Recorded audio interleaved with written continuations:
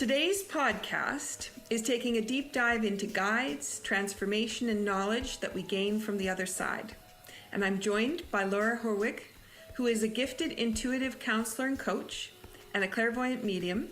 She started her spiritual journey at the tender age of 11 in search of God and the angels. Visiting multiple churches and places of worship by herself, even though she was not raised in a spiritual or religious family, she had an extraordinary transcendental out-of-body experience on the top of a cliff at the age of 15. This changed her concept of the world and what lied beyond it forever. Laura also took a pilgrimage to Costa Rica, Peru, Hawaii, and Brazil, where she spent time healing and looking towards her next transformation.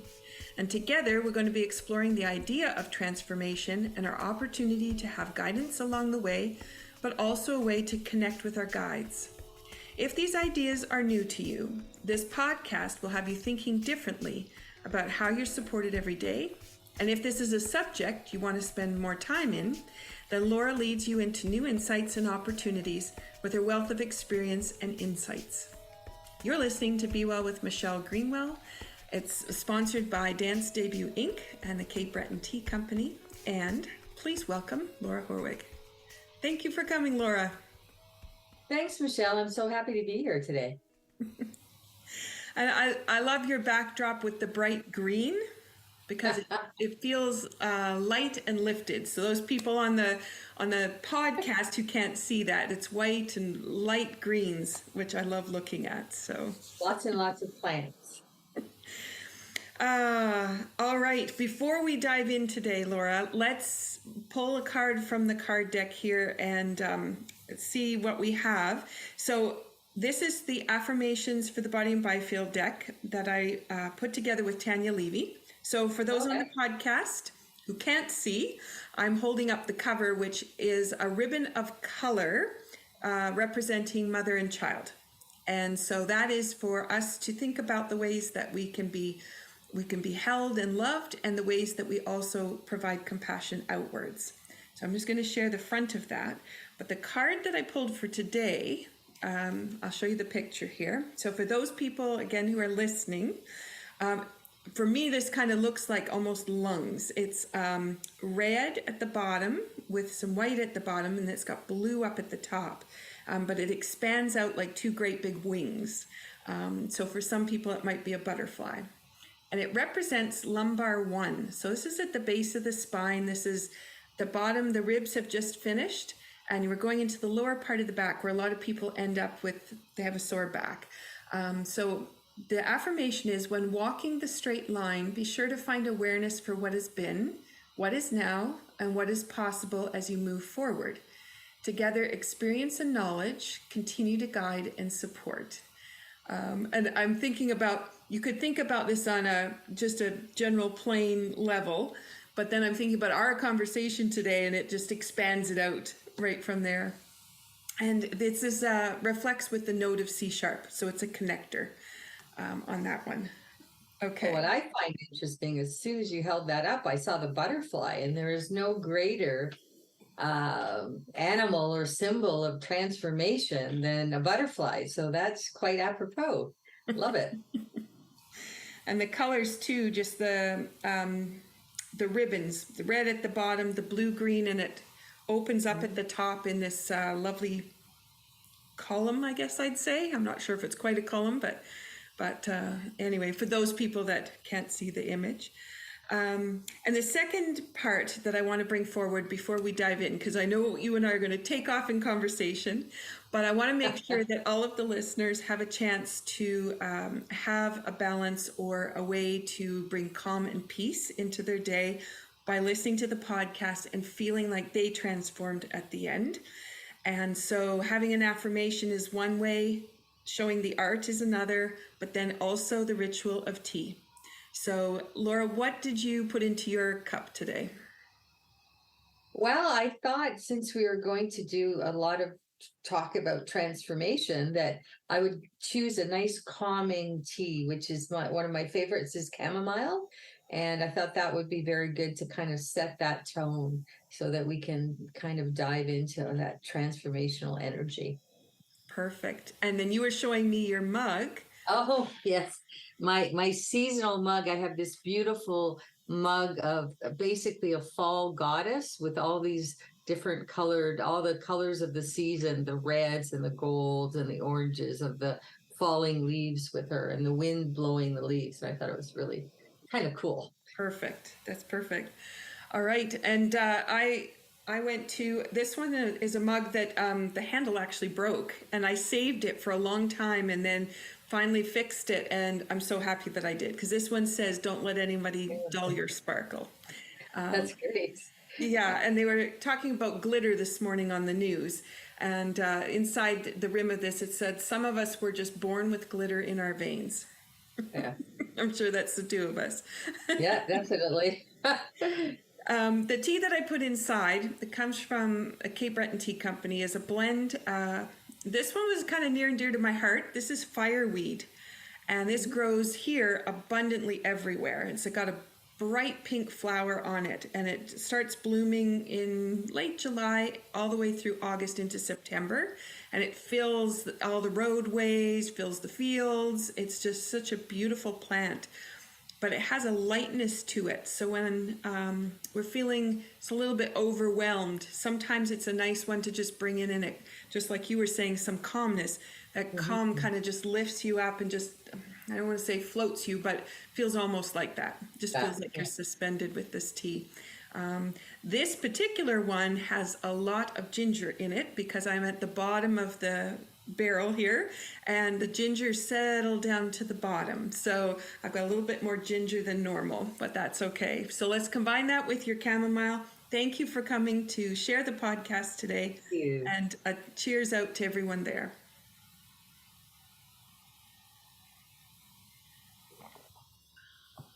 Oh, lovely.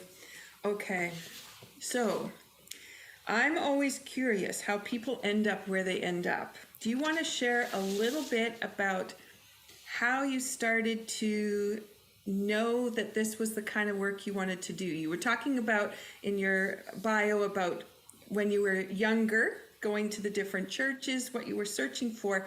How did you know you needed to go and look, and what you needed to find?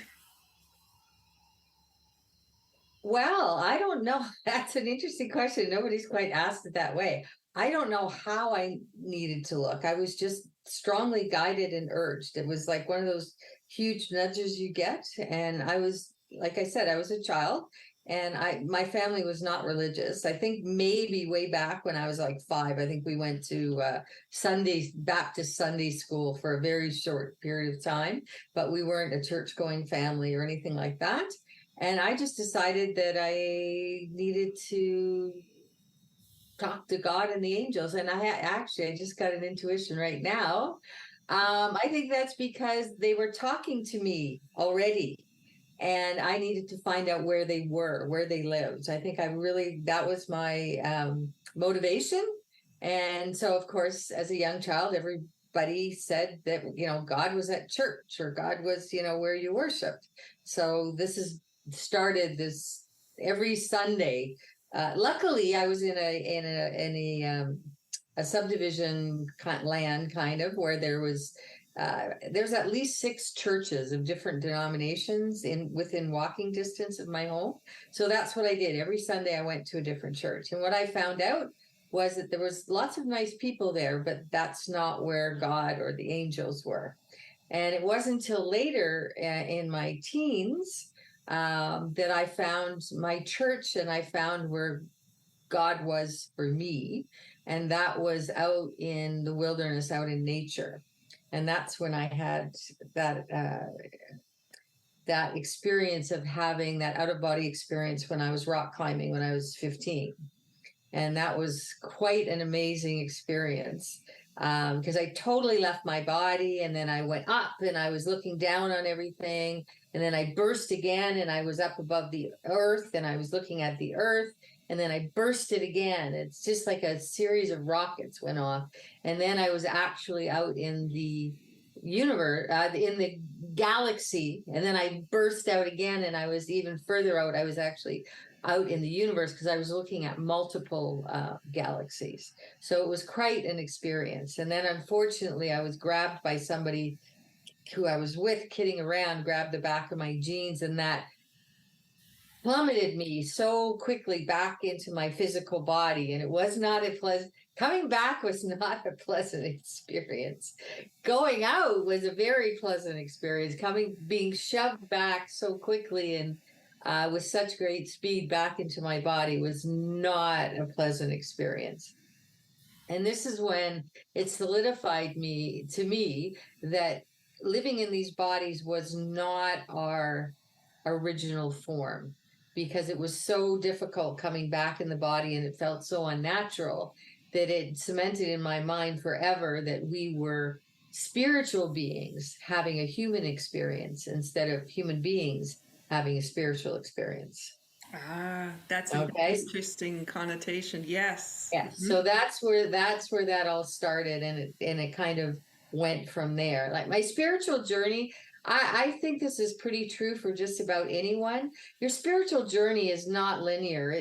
There's ups and downs. There's times where you have a lot of spiritual, and that's your focus. And then there are times throughout your life when that sort of fades away. It's always that underlying, it has been for me anyway. It's always been that underpinning for me, but there's times that I have been very focused on my spirituality throughout my life. And then there's been times when I haven't been. But you asked me about how I got into this work. What refocused me actually into this work and changed my career for almost 30 years was in advertising and marketing, but pretty much as far away from spirituality as you can possibly get. But what focused me back into it was the sudden passing of my partner. And if you've ever had anyone very, very close to you pass, it's not just healing from the grief and of their passing. When you have an experience like that, it tends to rip you open. And all of a sudden, all these things that you haven't dealt with suddenly surface to be examined and healed at that same time. So you kind of implode and explode all at the same time. So this is what led me to my healing journey in Brazil and Peru and Costa Rica and Hawaii and on and on and on.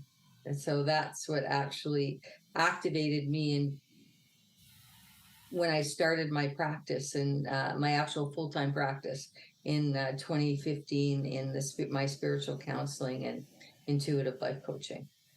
So that was a very long answer to a very short question.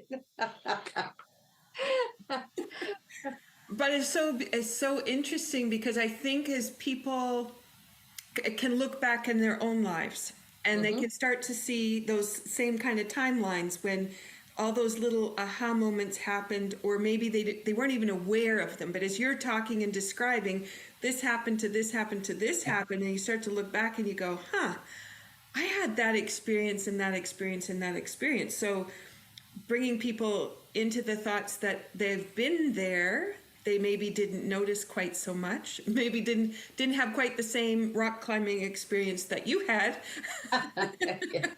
I remember mine, which was bugs and well, there's all that too, but yeah. yeah.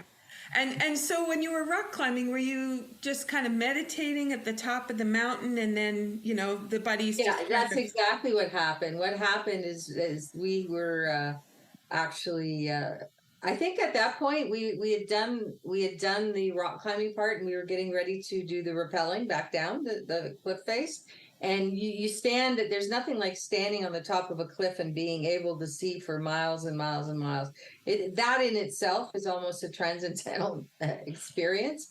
And that is, I'm sure, what triggered my experience in the first place, was being in that. And as I said, the power and the essence of nature is so compelling that it just puts you in a totally different state of reality than being in the city or being in a house or anything like that. Because we weren't just out in nature, we were out in the middle of northern part of Algonquin Park in Ontario, which is, a lot of people will be familiar with it, and at least in Canada, because I think it's the biggest provincial park or one of the biggest provincial parks in Canada. So yeah, it's you're out in the middle of nowhere. Let's just put it that way, out in God's country, as they say. And I believe that's where the expression came from, really. Actually, now that I think about it, I hadn't thought about it that way before. See, this is what happens to me. I talk to people about different things, and I have even experiences for myself when I'm telling stories because I think of things in ways that I've never thought of them before. But I'm sure that's where that expression comes from. Yeah, yeah. And I'm thinking about, as I was chatting with someone today about grounding and grounding mats and those kinds of things that we can bring inside, because you're talking also about an interesting concept, which is a lot of people are trying to find that kind of experience of connection and hearing the angels and being influenced by their intuition, but they're doing it from inside a building where there's lots of barriers that can be there to keep them from connecting, and not really realizing how much, if they just went for that walk or went outside or stood in the grass and made that connection with nature, how much easier the tuning in would be. And like you said, when you are at the top of the mountain and you're looking across cascades of mountain, or you're looking across the lake And the forest, and there's just so much unobstructed information that is sitting there that you can connect with. I hadn't really thought about it in those terms either, because I spent a lot of time indoors and trying to accomplish different tasks. So really making that time and effort to be outside is just so valuable. Oh, it's huge. And we've lost that. And what makes me cringe is the young people, is the children, because you probably yourself as well. When we were growing up, we spent the second dinner was over, we were outside, and we didn't come in till the street lights came on. And, we were always outside. There was none of this, sitting playing video games, or I don't know what they're doing these days, but they never seemed to get outside. And we were outside every possible minute that we could. And when we came home from school, like we never went in until we got called in for dinner. And then we had dinner and we went out again, and we were never in till we got called back in to go to bed. Like we were always outside building forts and riding bikes and, playing street hockey and hide and seek and all those things. So it was a very different, and I think a lot of kids these days are being really cheated out of that experience. And it's a very different type of upbringing than doing a lot of, having so much indoor time as opposed to being outside. Mm-hmm. And then thinking in terms of intuitiveness and hearing messages or understanding cues that we're receiving. It's a lot harder to have that experience happen when you're surrounded by electronics and... Well, exactly. And you got headphones on or earbuds in, and, and the other thing is, when you're doing that kind of activity, there's not that body awareness. If you're active outside, you're not only connecting to nature, but you're also connecting to that body awareness. And that's people don't realize what a huge part that plays in intuition and receiving messages. You have to be connected to your body. And that's what I'm finding also today is not just children, but everybody is becoming less and less and less connected to their body because of all these things that we're doing and things that we're not doing. Mm-hmm. Mm-hmm. I'm just thinking, because the card that got pulled today is from the spine section of the deck. So that would be all of this, the neck, the thoracic, and then the lumbar. And each of those vertebrae is vibrating at its own frequency. And when we sit at a desk and everything compacts, that frequency is gone. Exactly. Yeah. And if you start to think about how are you going to receive messages or intuition or have a way of knowing, if your body's closed down and you've got a shallow breath, it's really hard. It's really hard to have that connection. Yeah. Yeah. Yeah. But you're right. When we came in at the end of the night, we were ready for a bath because we had been everywhere all Oh, day. exactly. You definitely had to have a bath You before. definitely had to have a bath. Oh my gosh. Um, so I'm just thinking about where we might want to go next, because you did comment about some of the areas that you did take some pilgrimages to, and I'm thinking about the listeners who have gone away for. I was talking to my daughter, and she took a vacation. She said, "Mom, it feels like a dream. I'm day one back at work, and I have pictures and I have souvenirs, but it doesn't seem like it was even real that I was away." And I think about those people that do go away for the weekend. They go shopping, busy things in the city, things that they could do that they normally maybe can't do. But then there's those trips that we take where we are looking for something different, and the experience and the differences of that. Do you want to talk about how that's for you? Okay, well, I guess what I'll do a quick synopsis, and then I think I'll concentrate on Peru. But interestingly enough, it's what happened to me in Brazil that actually led me to Peru, and we're talking about transformation, so I want to do that. Again, it was right after the trip to Peru, to Brazil happened as a healing journey after the loss of Tim, and all these other things coming up for examination and healing in my own life.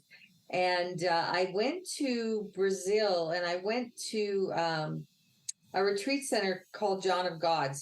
There are probably a lot of people that will be familiar with him, and some that won't.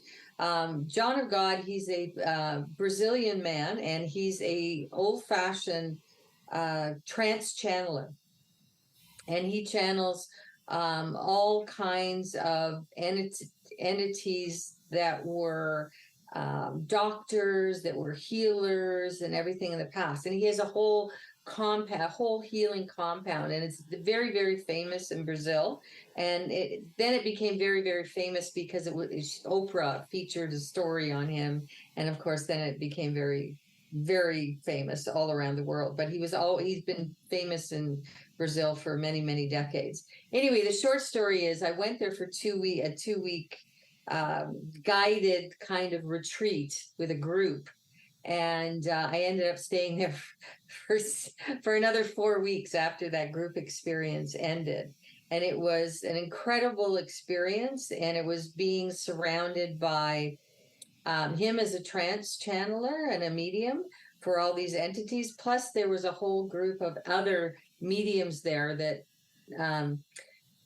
how do I explain this? That it's called the flow. There was a room, there was a building where they would sit and meditate and channel healing energies from the angels and from some of these masters.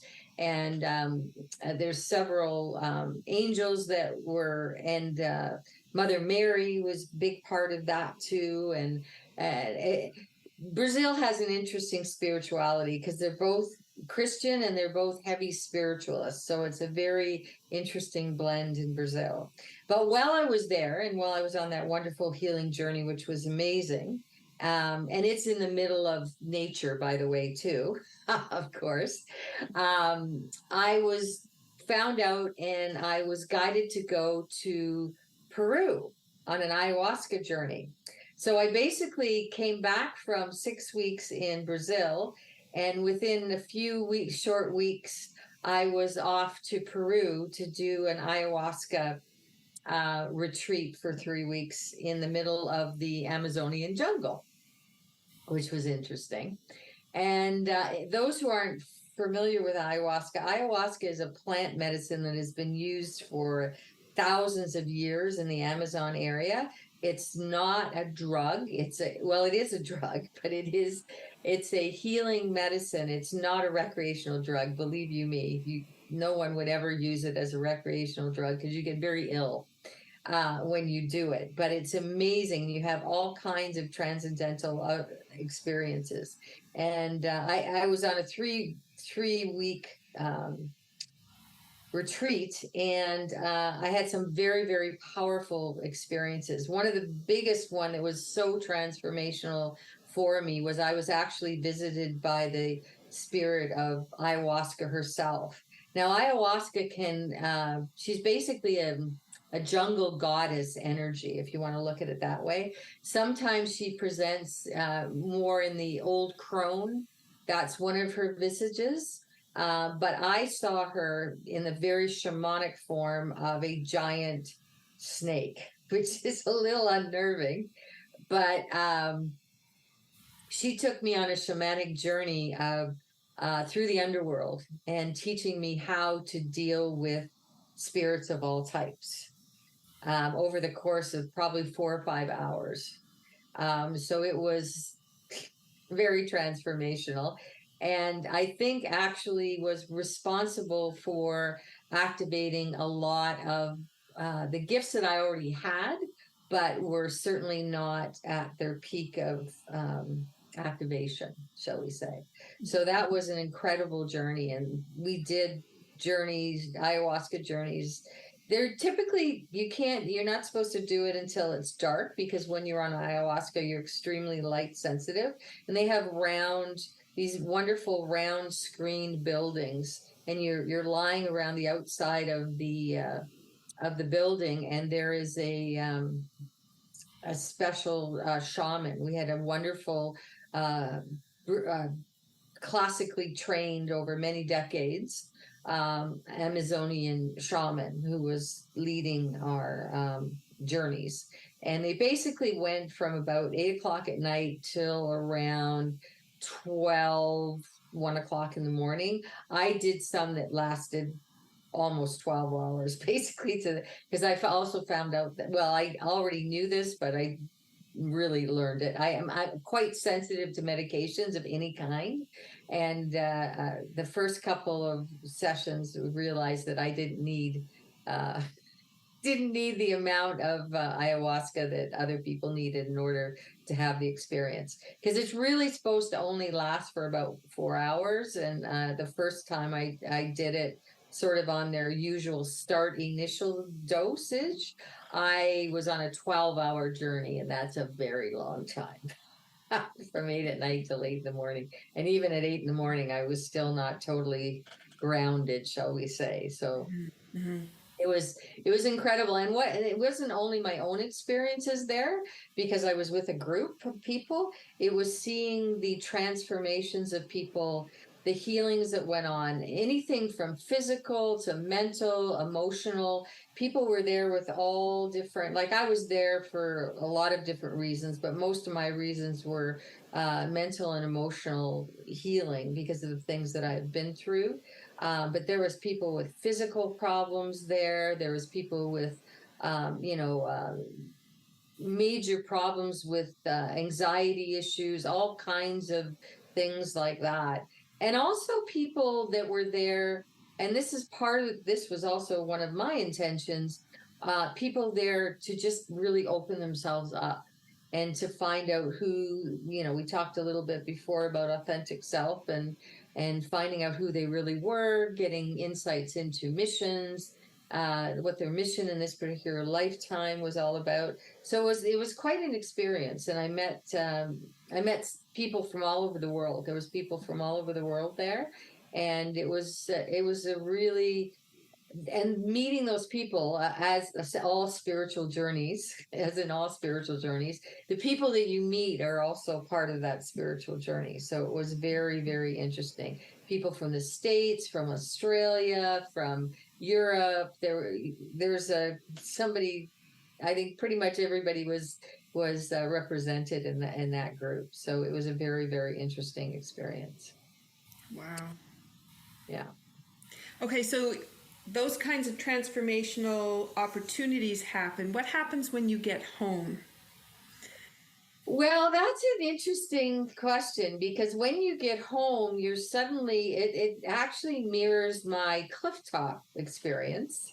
And I think this mirrors all transformational journeys, because you go through this journey and you have all these incredible experiences, and then you come back and all of a sudden you're thrust back literally into a 3D world where You have your workaday thing, you have all these responsibilities, of course, that you normally would have to do, making money, looking after the house, all these mundane things that you have to do. And it's takes you some time to reintegrate. That's what I call probably the integration time, because see, this goes back to something I've always had a problem with.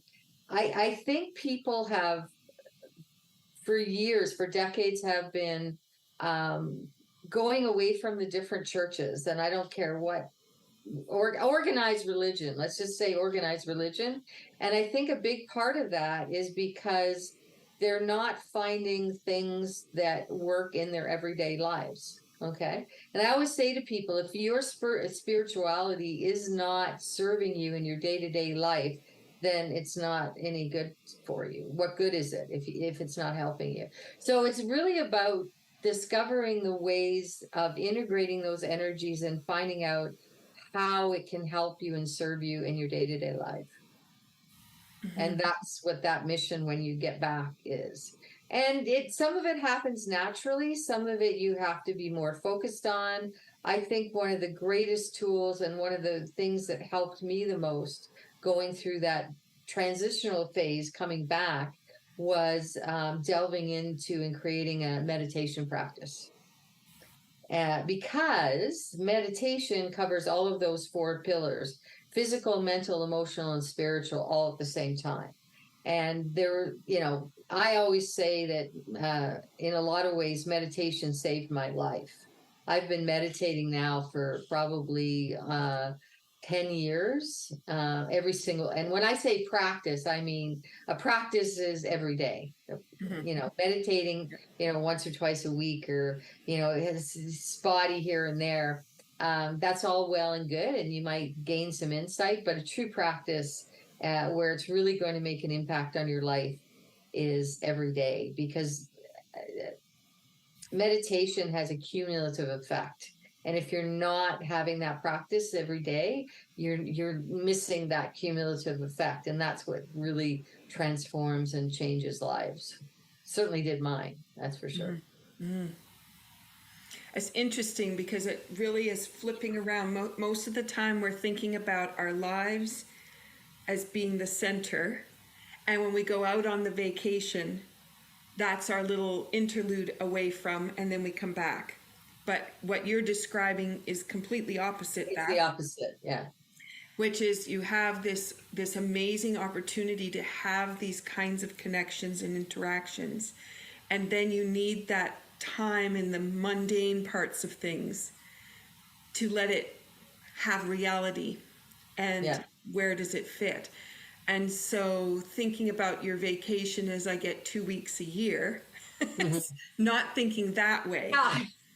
Right? Well, put it this way, vacation is something totally different. A vacation is something totally different than a spiritual journey, okay? Because a vacation is really people running away. Exactly. It really is. People running away and hiding, because what do most people do on their vacations? Most people eat too much, drink too much, shop too much, do all those things that are really escapism, okay, as opposed to actually opening up. And even in terms of relaxation, I know some people who come back more tired from their vacation than they were when they left. And that's really not, I think we have to start really looking at in a different sense, because what you really should be doing on a vacation is learning how to relax, connect, decompress. And you should be doing different things than you do at home, not just in a different. See, what happens with most people on vacations is they take everything they do at home and they just do it in a different place. Yep. Okay.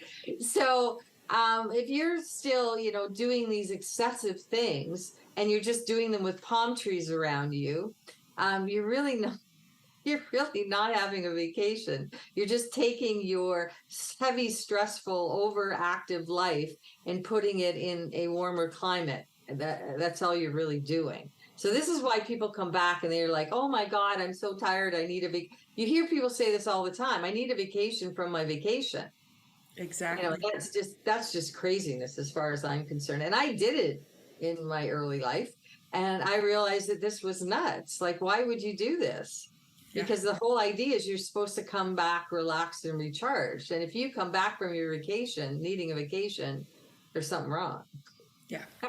Yeah. And it changes too where you want to go and how you want to do it, because it's one thing to hop on a bus so you can see as many historical sites as you can. Exactly. It's a completely other one to go sit in the jungle and be surrounded by just nature. And that's it. Well, and the thing is too, you can do sightseeing things and stuff like that, but you just have to do it in a manner where you're allowing yourself enough time to actually see these sites and absorb the energy and find out something new instead of just running, you know, can we fit in 12 stops today? Yeah. Maybe you go to 3 places or 4 places, or maybe you just go to one place and you spend a lot of time in that place. So it's not really so much a lot of times what we do, it's how we do it that makes the real difference. Because you could go and I could say I did all the same things that you did in Hawaii, but I did them in an entirely different way. And I've done that because I used to spend, because Tim was actually spent 20 years living and we did a long distance relationship. So I spent a lot of time in Hawaii, but in a much, much different way than most people do. And that's what makes a difference.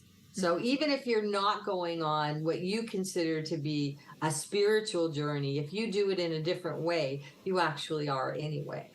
You're just not calling it that.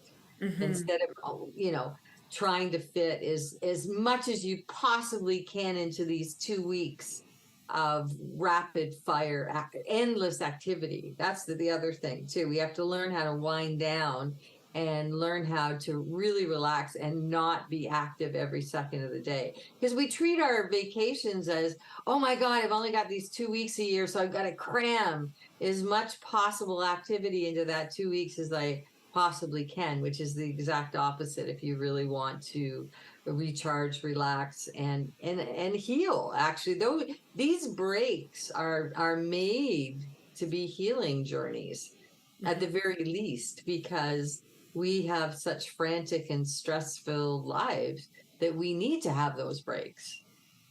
And it's really interesting to think about taking that time to do that healing journey, but then not trying to step yourself back into the everyday life, but to step into that new healing part, which means things will be different at home. Exactly. You can change your habits about what you're eating, drinking, how much sleep, the way that you navigate your day. How much exercise you get, how much time you're outside, your meditation practice, how you interact with people. There's a big one, okay? There's a big one that is really showing that you've been through some kind of meaningful, deep transformation. It's how you come back and you look at interacting with other people. That's one of the biggest things I found when going through all these experiences. You come back and you look at how you deal with people and how you interact with people in a very, very different way.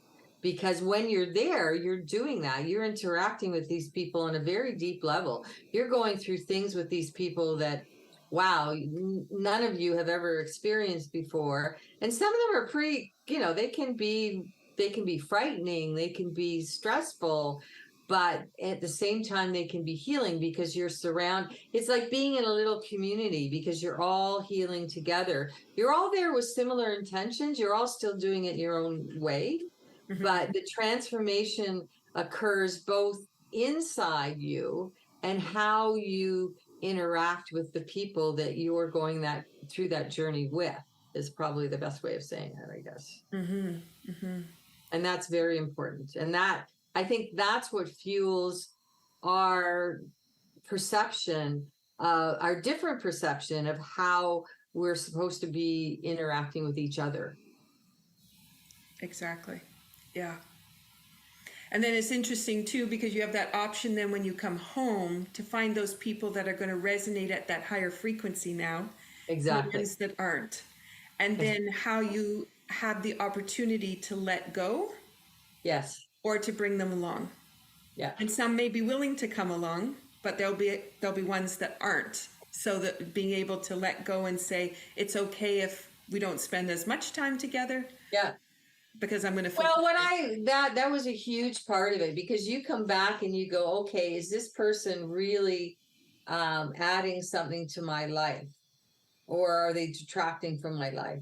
And that process that you just spoke about, some of it happens naturally, and some of these people, now that you've changed and your frequencies changed, they simply kind of fade out of your life. And then there's the other people where you have to really look at them and you go, because this has happened to me personally. There are some people I had to look at and go, you know what? I don't want this person. I don't want this. It's more about the energy. Okay. It's really not so much about the person. It's about their energy. And I just went, no, I really don't want that person's energy. And I had a profound experience, because one of those people was a friend, a very long-term friend. We've been friends for 35 years. And it became absolutely apparent to me that we simply could not be friends anymore. And that had to be a clean break, because I think in the back of my mind, I had been thinking about that for quite a while. But until I really got clear on that after I came back from those journeys, and I just knew that person, because of the energy that they had around them and that they produced in me, that simply it was not healthy anymore for me to be around that person. And that's a difficult thing, after being friends with somebody for 35 years. But it was an interesting experience, because I actually found out that was part of kind of one of my aha moments on that journey, was the fact that I realized that I had been a much better friend to her than she, over those 35 years, than she had ever been to me. And I was always there for her. But funny enough, every time that I was in a position that I really needed her to be there for me, she never was. So, and I hadn't noticed. I'd never noticed until I was in this state of really looking at things very, very deeply. So it just shows you things in your life that you either haven't noticed or that you've glossed over in your life, and suddenly they're brought this close, and you have to look at them for what they really are. So it's an interesting. And again, also the flip side of that is I also noticed a couple of people who I hadn't really realized how important they were to me, or how much wonderful energy they brought into my life. And that became very clear to me too. So I actually moved closer to those people. So it's a really interesting transformation. And I think that's what people really need to know. Transformation doesn't have a beginning and an end. It's like an ongoing process. And we're so used to, okay, we begin here and we end here. And that's not really what life is. And that's a real way of looking at your soul evolution too. And this is what people don't realize. Your soul evolution is a continuous process, both when you're embodied and on the other side. And it never stops. Like people say, okay, yeah, but once we get on the other side, then we're all perfected. And no. No, it doesn't work that way. It would be nice if it worked that way, but I don't know. I like the whole idea that process never ends. Like we just keep growing and growing and evolving and transforming, and it just, like I said, it changes the whole way you look at everything. Like it's not just one thing, but it's everything. Because when you look at life from that perspective, that everything's ongoing and everything is a process. The way that we live our 3D lives, and we're taught and kind of brainwashed into believing, all of a sudden it takes on a very, very different view. And you realized how silly and absolutely absurd some of these things that we're taught, both as children and as adults, really are, because it's really not that way. Yeah. I'm thinking about the rules and Yeah. what people say as tradition that comes around. And I'm just thinking because we're recording this at Halloween. And Yes. one of the holidays that's gone around the world, but really needs to transform. It has a lot of really bad habits that go with it, and it would be so lovely if we could remove all of the candy and the sweets and the gluttony and those pieces and get back to things like character and games and playing and what it's like to take on different personas and try them out. And Well, it's also really the whole idea of Halloween was about honoring our ancestors and honoring the people on the other side. Like that's actually the real that's what the real thing is. But it's like everything. It's like every holiday, at least in our Western world, like even Christmas. Okay. And I don't care even if you don't want to, I don't want to get into all the history. That's going to get myself in trouble. Actually, Christmas was not what we see as the Christian Christmas. It was actually the Romans built it on top of a pagan holiday, but that's a whole nother story. But the point is, if to me, the spirit of Christmas is all about love and joy and being with family and again, the way we treat people and being generous and charitable and all that stuff. And what does it become in our Western world? Again, it's all about money and presents and like you said, overeating, gluttony, and and it's all about, oh, somebody's buying me something, so I'm forced to buy them something even if I don't want to buy them something. Like these crazy things that go on instead of appreciating it as a time of love and charity and to be with family and honoring those that came before us and all the things that we learned from them. So it's like every holiday's kind of been corrupted by this materialistic warped patriarchal energy. But we could go on for hours about that. But it's the same thing. And that's the thing. We need to, we're talking about transformations. We need to transform these holidays and these celebrations back into their original intent. Mm-hmm. And I think some people are working really hard to that end. And I think a lot of people are doing that. But there's still way too much of the other going on for my taste. Mm-hmm. Way too much. Mm-hmm. So I'm thinking about some of the clients that you work with and mm-hmm. their transformation. So just thinking about these traditions that we've got ourselves rolled into and we just keep going with them. So when you're working with clients, what seems to be a general piece that kind of comes forward about the inability to do that transformation or where people sometimes hold on too tight?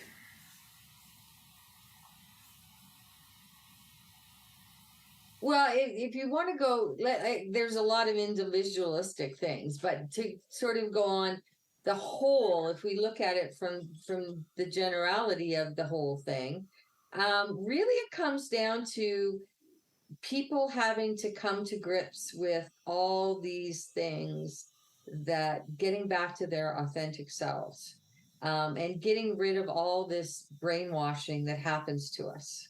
Okay, because we all come in we plan our lives out on the other side before we come into each lifetime. Okay, we have a plan, we know who we want to do, we know what our mission is, and then we get born. Okay, and almost from the second that we get born, we're brainwashed into who we should be instead of who we are. Okay, and let's face it, I deal with men as well, but I deal with primarily women. And I think it's especially true, unfortunately, for women because of the patriarchal model that we've been, and the model that women are supposed to be these totally selfless beings that are looking after everybody else in exclusion of themselves. So they're basically soulless beings that are just here to do for other people. And this is the huge, it's a huge obstacle for women to overcome that barrier, because that is the biggest barrier of all, is because women have been taught since the cradle that they are supposed to sacrifice themselves for everybody else in their life, whether it's family, friends, parents, jobs, the housework, whatever it is. It really doesn't matter. They don't matter. And see, this is what really bothers me. And young women today are still being taught this, and in some ways, excuse me, even more intensely than ever before, because of the advertising and being told. See, not only because back in the day, women were supposed to be excellent wives, mothers, and housekeepers. Okay. Now women are supposed to have fantastic jobs. They're supposed to be the perfect mom. They're supposed to be the perfect lover to their partner.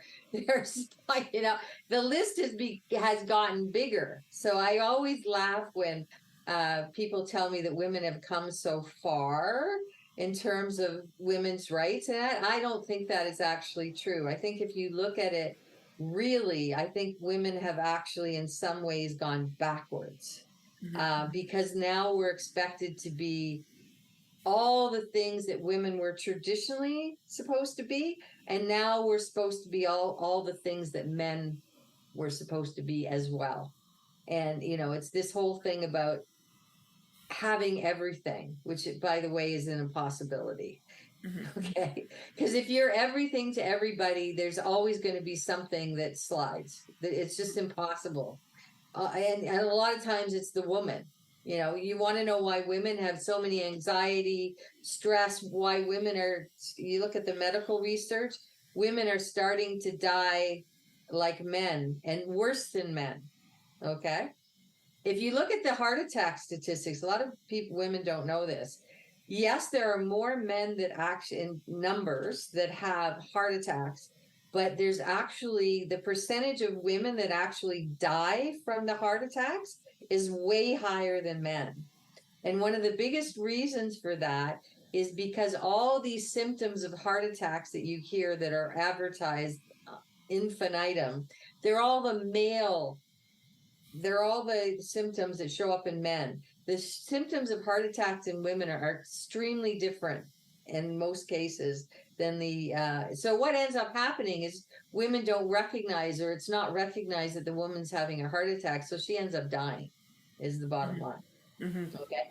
Also, women are having many more heart attacks because the stress levels of women have gone insane, because they're expected to be everything to everyone and earn a huge salary too, by the way.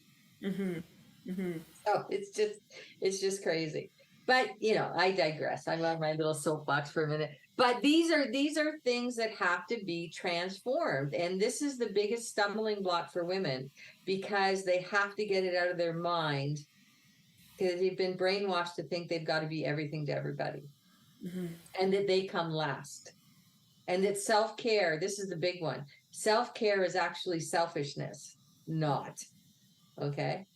My guides, I love, they use the example of, they use this all the time and I love it. They use the example of like when you're on the airplane and they say, put your oxygen mask on first before you assist others. Because believe me, baby, if you don't put your oxygen mask on, you're going to die of asphyxiation before you could even help anyone else. So you better be taking care of yourself. And that's the biggest thing I find in terms of transformation.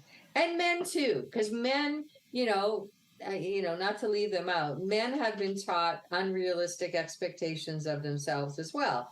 And actually, I think men, in terms of men, it's more what men have been told and taught that they can't do or they shouldn't do that gets in their way. Exactly. It's kind of like the exact opposite, but it's just as toxic and it's just as hamstringing as what women have been taught, that they have to be all these things. And then men are taught, well, you can't be this and you can't be that, and you shouldn't be doing this, and you shouldn't really be that emotional. And it's crazy. It's crazy. I think that takes us back to the breath. And as you were talking about the Yes. everyday practice, Hmm. because when you can go back to that breath, no matter who you are and where you are in life and situations, it does bring you back to that center piece to be able to then remind. I love your phrasing about, you're coming into a human experience from a spiritual experience. So if you start to think of in my day, how many ways do I lock into that spiritual experience and remind myself who I am rather than lock into my human experience and get my to-do list out Yes. and then deal with the stress level the way that's the way it's been set up or the way that I choose to bring it forward. And I look at my day in a completely different way. So it really, and it's just reframing. It's not that it even requires any Yeah, effort. it's a switch in perception. And perception, and this is another thing my guides harp on, is perception is everything. Mm-hmm. And one of the biggest things that has really been brought to a fine point for me of late is goals versus intentions. Okay, we hear endlessly about goal setting, and it drives me crazy because I really hadn't believed in it for a long, long time. And I really didn't, at the beginning, I really didn't know why.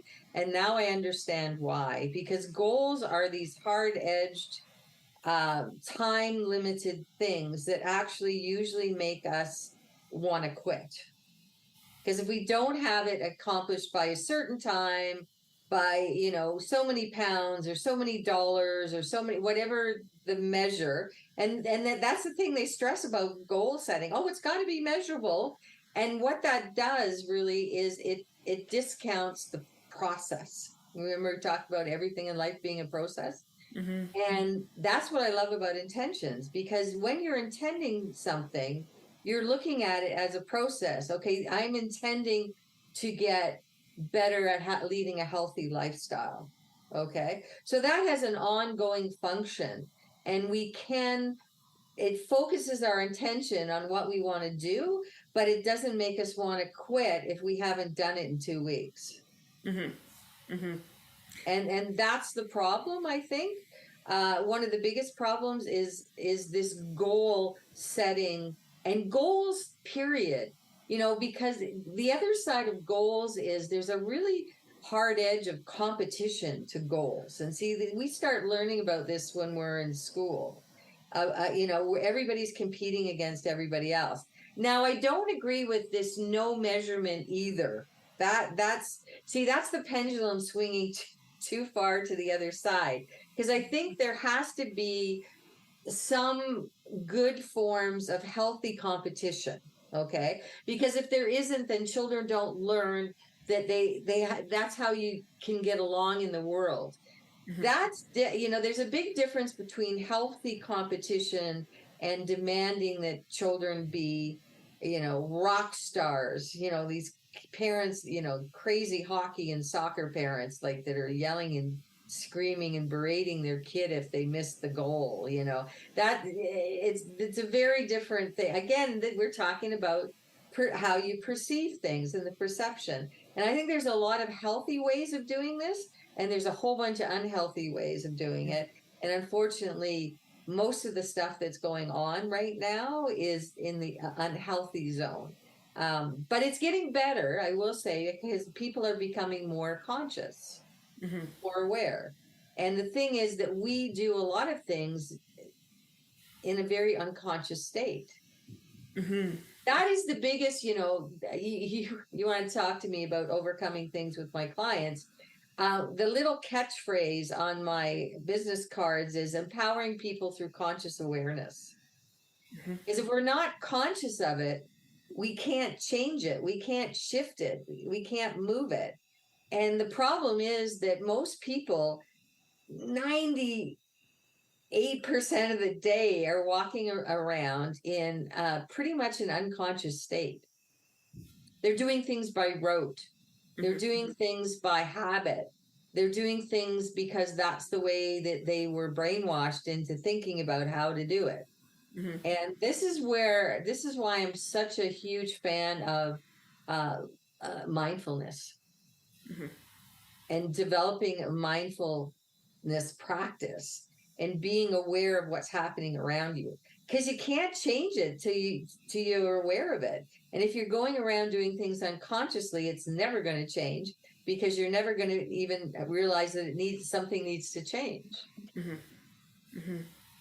And that's where real transformation comes in. When we're mindful and we become, and that's like stepping back to, this is one of the other real adages of spirituality is being the observer of yourself and everything that's going on around you. Stepping back, stepping out of the situation and looking at it as an observer, as rather than being so hooked into the situation.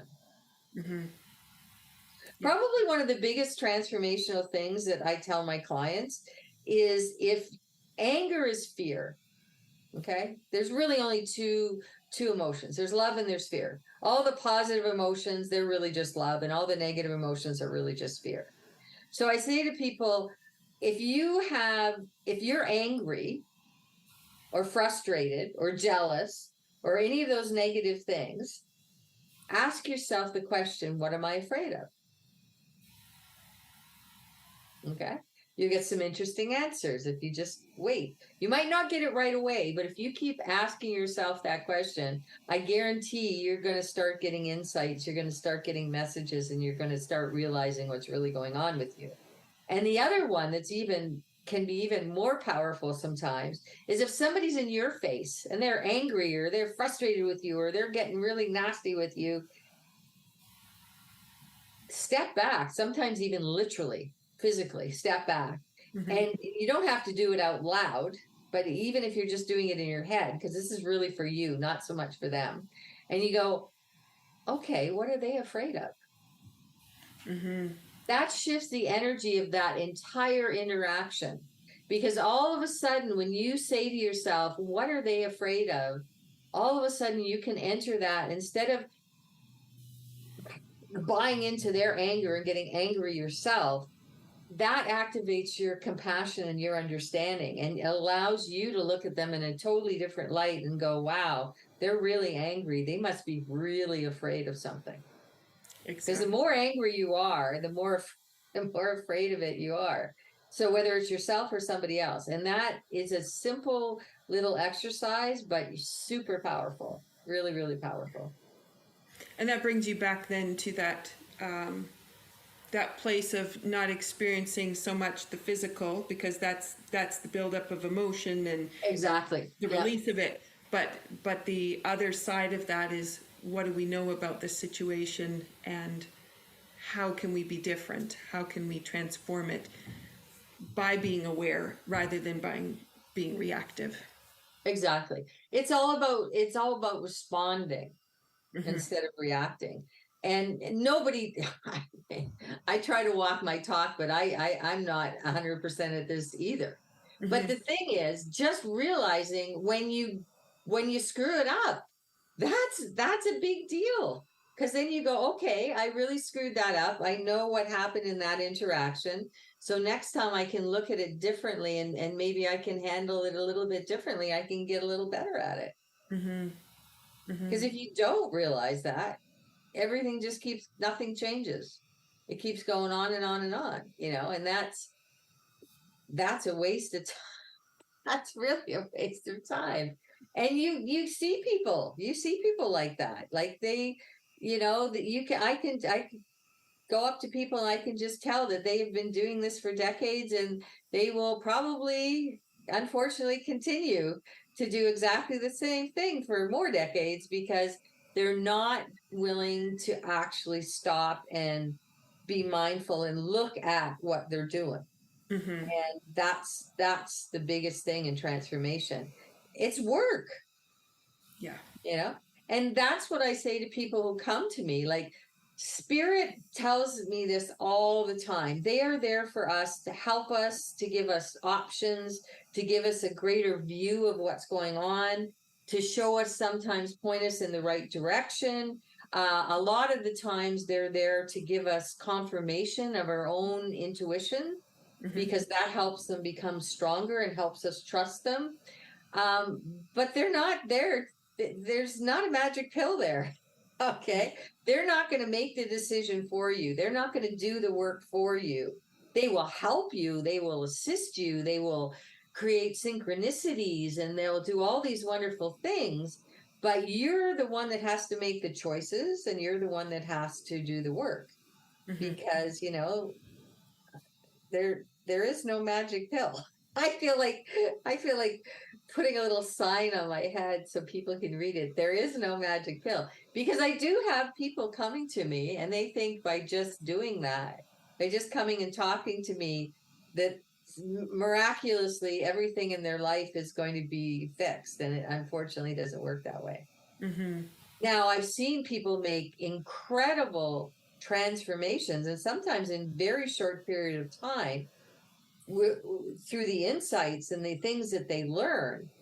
That's wonderful, but they're doing the work. They're doing it. Okay. It's not like I or my guides or their guides are magically waving a wand and everything's perfect. It doesn't work that way.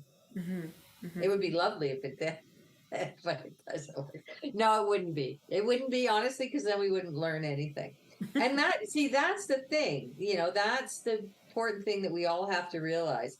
There's a reason that they call it Schoolhouse Earth, is because we're here to learn. We're here to evolve our souls. That's why we come here. That's why there's a lineup to get in here, because it's way faster, way easier to evolve our souls and to learn here in the physical, because of all the challenges that we have to go through. We evolve and we change on the other side, but it's much, much slower, because there's hardly any challenges. There's hardly any stuff that we have to deal with.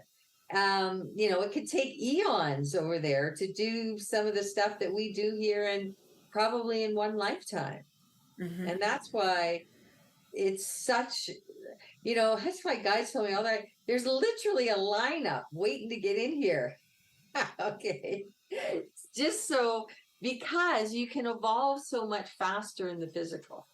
And particularly, they tell me on this planet, because this is the only planet, I hear this all the time, of free will. And the free will part, where we have 100% free will to make those decisions, that's what is that driving mechanism for change and evolving. Because there's other physical experiences out there to be had in the universe, but they're not on the same level as they are here on planet Earth. And that's why so many people, so much of spiritual energy and spiritual awareness is focused on Earth, because we are a very, very unique situation. So I think that's kind of cool. It's very cool. It's also really interesting when you start to think, what do you want this lifetime to mean? Exactly, because you could literally, if you decide to, and there's people, believe me, there's people who do it, you could go through this an entire lifetime here and learn absolutely nothing. In fact, you could actually backslide. There is a possibility that you could actually do that if you actually do nothing. And there's people who do that. Yeah. There is another situation which I've been shown. I don't think I've had one of these yet. But there is what I call a holiday lifetime, a vacation lifetime. And there are some souls that have had, I guess what I was shown was several very, very intense. They came in with each lifetime with a great big list of things that they wanted to do. And these are people that you see that have so take a different view of people that have a very rough life, because those are souls who have come in and they've wanted to accomplish a lot of stuff in only one lifetime. Okay. There are the odd people that come in and they have what I call a charmed life. Okay, this is the Disney life where they seem to have. Now, there are people that seem that way that aren't, by the way.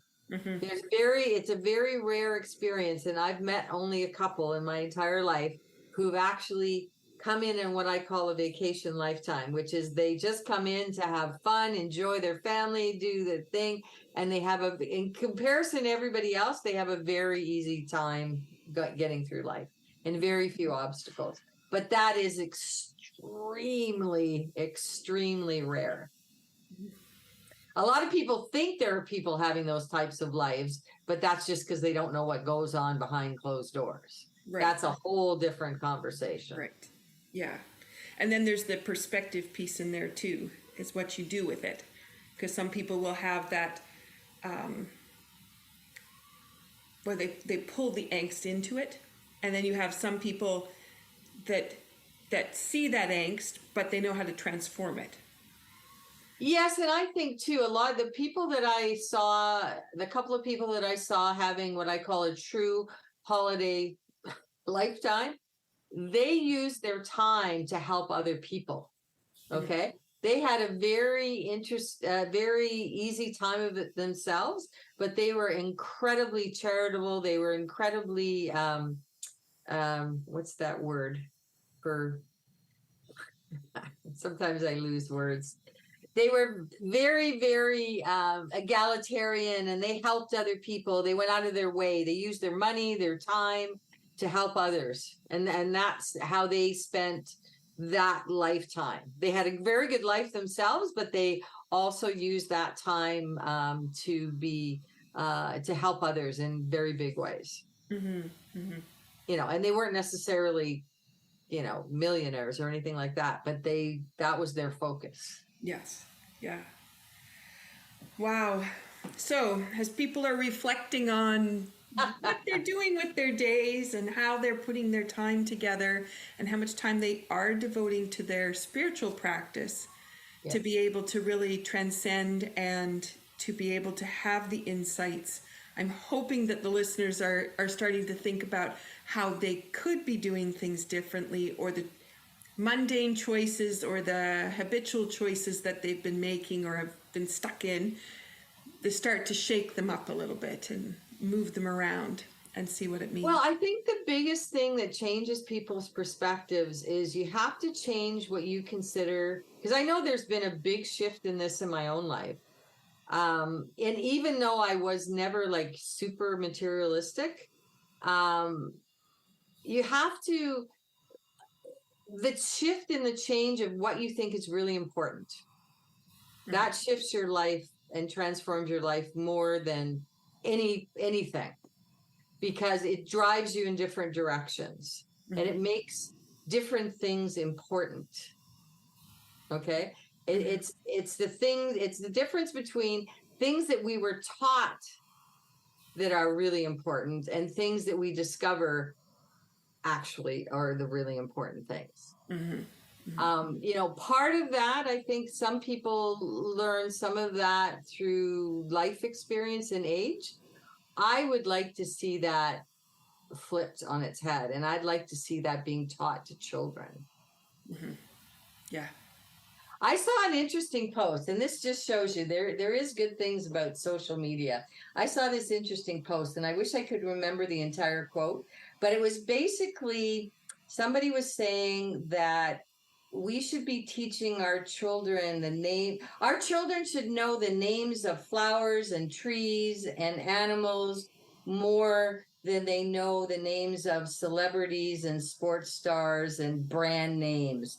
That's basically the gist of that. And I looked at that and I went, yes, that's exactly what I'm talking about. Because when you teach your children what's really important and you instill that in them from a young age, that is going to change what kind of adult they're going to be. And that's going to change the way that they see the world and what they consider to be important.